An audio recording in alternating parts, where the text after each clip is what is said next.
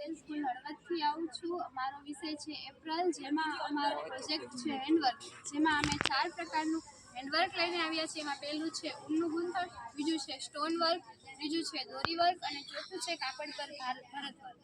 ઊનનું ગૂંથણ અમે જરીનો ઉપયોગ કરીને રૂમાલ, ખંભાચોળી, તોરણ અને ઢીંગલી બનાવીએ છીએ. ઢીંગલીનો ઉપયોગ આપણે શોપીસ તરીકે કરી શકીએ અને જે આપણે ઘરમાં વધારાની બંગડી હોય તેનો અમે તોરણ બનાવીએ છીએ. તેને આપણે ઘરના સુશોભન માટે કરી શકીએ અને ખંભાચોળી અને રૂમાલનો ઉપયોગ આપણે કોઈ પણ પ્રસંગ અનુરૂપ થાય છે.